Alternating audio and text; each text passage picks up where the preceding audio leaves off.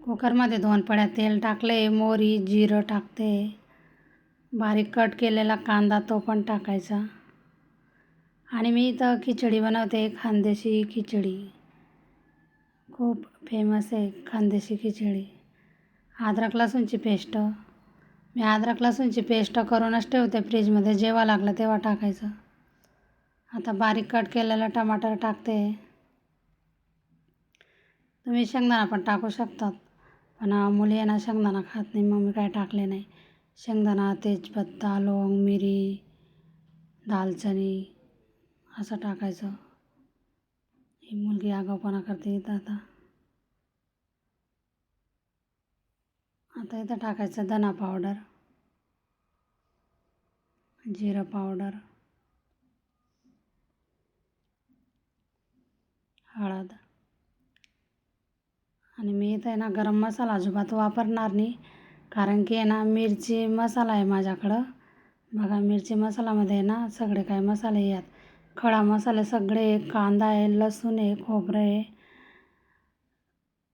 सगळे मसाले टाकले, अजिबात काही कमी नाही. खूप छान लागतो हा मसाला आणि 1-2 वर्ष टिकतो हा. मी घरीच बनवते आणि प्रत्येक भाजीमध्ये माझा हाच मसाला असतो. खूप छान लागते. तुम्हाला जर मसाला पाहिजे तर ऑर्डर करा. आणि ऑर्डर करायच्या अगोदर तुम्ही आहे ना व्हिडिओ बघा, मिरची मसाला कसा आहे ते बघा. चवीपुरतं मीठ टाकते इथं. नॉनव्हेजची भाजीमध्ये एवढा भारी लागतो ना हा मसाला. आता मी तांदूळ निवडून घेते, बासमती तांदूळ घेतले. तांदूळ स्वच्छ आहे तरी पण आपण निवडून घ्यायचा. आता इथं टाकणार आहे मी तूर डाळ. तुम्ही मूग डाळ पण टाकू शकता.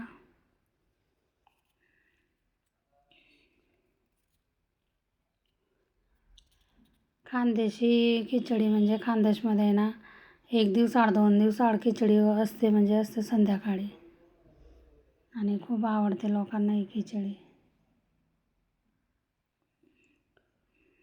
आता स्वच्छ तांदूळ धुवून घेते. स्वच्छ तांदूळ धुवून घेतले. आता टाकायचे तांदूळ इथं. आणि तुम्हाला जर खिचडीमध्ये तुम्हाला काही लोक अंडं पण टाकतात. अंडं मिठाच्या पाण्यात धुवायचं मग टाकायचं.